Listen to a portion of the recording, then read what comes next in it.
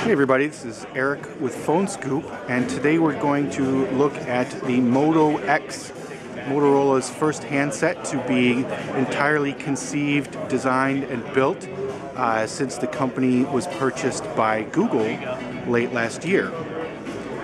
So here it is, the Moto X, an Android smartphone of course. It's a Motorola. It is a fairly thin and light device, and 4.7-inch screen, 2200 milliamp battery, Qualcomm dual-core 1.7 gigahertz S4 Pro processor, 32 gigabyte and 16 gigabyte options for RAM.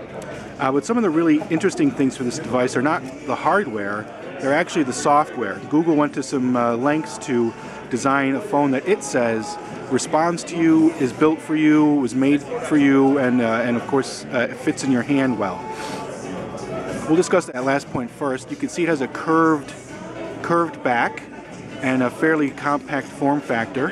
Motorola says that it took great pains to design it this way because they think the curved fits better in your hand and that this size device fits better in your hand. Of course, they targeted the average human hand. They said, of course, bigger phones might fit some people who have bigger hands better.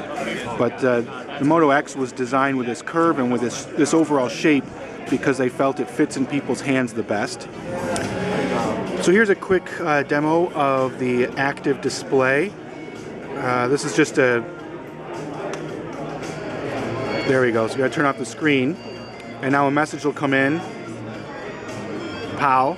So you can touch this, hit that, and you can see the message. So I can either swipe sideways to dismiss it, and you can see there are some other messages down there, or I can go up to that message directly, and it'll take me to that conversation. So that's active display and interacting with notifications and going straight to the messaging features. So one of the really neat features of the Moto X is the ability to launch commands through the voice commands, and you have to train it a little bit. Here's the screen that helps you train it. You can so that it responds to your voice. It will learn your voice. So you can see we'll hit record, and you can see it's telling me that this environment, this demo room, is too noisy, so we can't train it right now. But once you train it, you say Google, okay Google now 3 times. It'll learn your voice, and then from then on, you can use that command to wake up the phone and perform Google searches or make phone calls, set navigation, and things like that. Of course, it runs the latest version of Android, which is Android 4.3 Jelly Bean. Same home screen setup. We've got 5 out of the box. Got the notification shade. We've got all the regular bunches of applications and widgets here. So that's all good. Screen looks really nice. We've got no buttons along the left edge, micro USB on the bottom, volume toggle, and screen lock button on the back. We have a 10 megapixel camera with LED flash, and of course stereo headphone jack on top. There are tons of sensors built into the device, so the Google Now search function is always running. Motorola said that it developed a specific processor called contextual computing, and that is what helps to maintain the sensors so the device always knows where it is. It knows if it's in a pocket or if it's on a table, and it can respond to those conditions as needed when the user asks or sets up commands. So another feature I wanted to show you was the quick camera feature.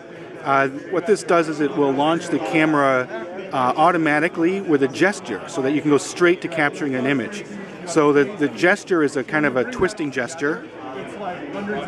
So you can see POW. There, it's launched. So that's something that Motorola designed and built because they felt that because people use their smartphones as their main camera these days, that they should be able to take pictures faster. So basically the idea is that when you take the phone out of your pocket, give it a quick twist, you can go from pocket to shooting pictures within a couple of seconds. So there's the camera. One other really interesting aspect of the Moto X is the customization features. You can see this device has a red back panel and a white front. Motorola is launching a website called Moto Maker that can be used by people to design their own phone. So the front will always be either white or black, but there are probably a dozen different colors that you can choose for the back, and about as many to choose for the accents, like the camera and the volume buttons. There's going to be an option for wood textures, and it only takes about 4 days to customize and build your phone because it's done in Fort Worth, Texas. So that's Moto Maker, and that will launch only for AT&T to start, and possibly other carriers later this year. It'll be available in late August, early September. There's no extra cost. Motorola is not charging any extra money to use Moto Maker to design your own phone. So that's really neat. Really has a nice feel to the hand. It's very thin and light, and that's our quick look at the Moto X. Just to give you an idea of sort of the customization options, you can see the white and black, and then you can see purple, blue, red, yellow. There's a large area here that shows all the different colors that people can choose to customize their Moto X in. And of course, what would a phone be without accessories? They're partnering with Soul Republic to design accessories that match all the various different colors of the Moto X. So that's for people who really like to have all their colors matching. On the left side, and you've got a rotating little tool here where you can access, panoramic mode, location settings, video settings, and flash, all that kind of stuff.